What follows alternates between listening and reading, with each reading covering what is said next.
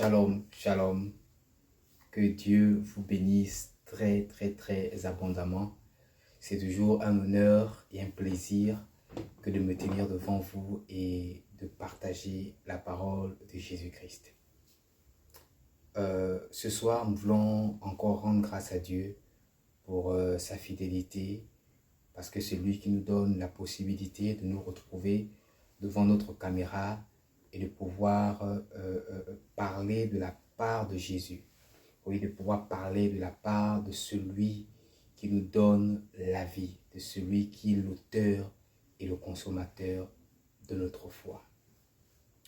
Ce soir, je voudrais dire deux mots par rapport aux échéances politiques qui se préparent dans notre pays.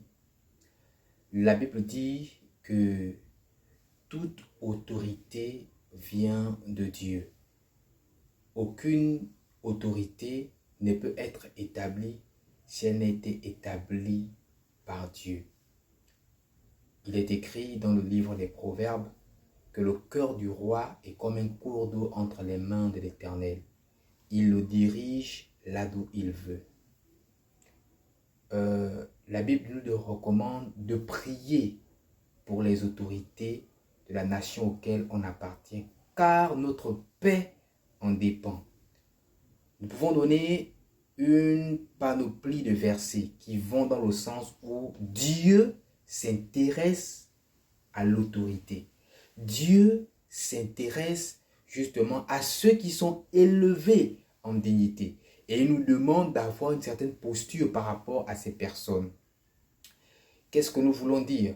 Nous voulons dire qu'aujourd'hui, au XXIe siècle, le chrétien ou les chrétiens que nous sommes, nous ne pouvons pas être en marge de la vie politique de notre pays. Parce que la vie politique de notre pays a directement une influence sur les chrétiens, sur les croyants, sur les enfants de Dieu. Parce que les enfants de Dieu vivent dans une nation. Et une nation, ou du moins un pays, est dirigé par la politique ou par les politiciens de ce pays. Et donc, du coup, nous ne pouvons pas rester dans un pays en ayant les mains aux yeux par rapport à tout ce qui se fait dans le paysage politique. Les chrétiens, l'Église a une responsabilité politique par rapport à la nation à laquelle elle appartient. Jésus a dit lorsqu'il partait et lorsqu'il parlait à Pierre, qui était, n'est-ce pas, le responsable premier, l'apôtre des apôtres, comme nous l'appelons. Il disait à Pierre que tu es Pierre et sur cette pierre je bâtirai mon église. C'est la première fois que le mot église est prononcé dans le Nouveau Testament. Ce mot est prononcé par Jésus lui-même. Il dit, tu es Pierre et sur cette pierre je bâtirai mon église sur laquelle le séjour des morts ne proviendra point contre elle. La première fois que le mot église est mentionné. Alors que signifie église? Église vient du mot ecclésia, qui signifie assemblée. Une assemblée qui délibère, une assemblée qui justement émet un verdict. En vérité, lorsque nous faisons l'exégèse de ce texte, nous nous rendons compte que en fait, l'Église justement est une institution divine qui doit régir la société des hommes. L'Église est une institution divine qui doit régir la société des hommes. En fait, l'Église est comme un gouvernement de Dieu établi sur la terre, afin justement de faire prévaloir les intérêts de Dieu sur la terre d'abord, pas au ciel. Retenons qu'une fois l'Église sera enlevée de la terre, on ne parlera plus d'Église, on parlera d'épouse de Jésus-Christ. Donc, Ecclésia est pour la terre. Jésus a dit, quand vous priez, priez notre Père qui est aux cieux, que ton règne vienne, que ta volonté soit faite sur la terre comme elle est au ciel. Or, le rôle de Ecclésia est d'amener la volonté de Dieu sur la terre, le règne de Dieu sur la terre, le royaume de Dieu sur la terre. L'Église a été établie afin justement de constituer une assemblée politique pour pouvoir gouverner la terre. C'est en cela le rôle de l'Église. Et donc, L'Église qui est constituée des chrétiens que nous sommes, nous ne pouvons pas être en marge de la vie politique de notre pays. Nous préparons les échéances électorales au Gabon. Plusieurs candidats se sont déjà prononcés. Nous rendons grâce à Dieu. Ces échéances politiques se préparent tant bien que mal avec toutes les imperfections que l'on peut remarquer, que l'on peut observer.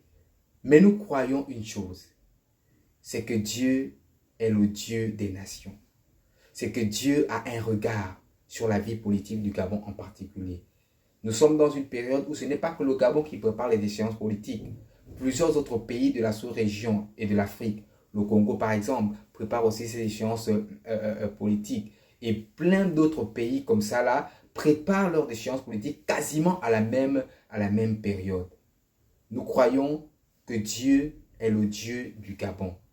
Et que, comme je l'avais déjà dit dans une vidéo précédente, ces échéances politiques au Gabon, et je l'aurais dit, ne sera pas comme les autres échéances politiques. Il y aura des surprises. Il y aura des surprises, je répète. Dans le monde spirituel, il y a plusieurs schémas par rapport aux échéances politiques au Gabon. Écoutez-moi très bien.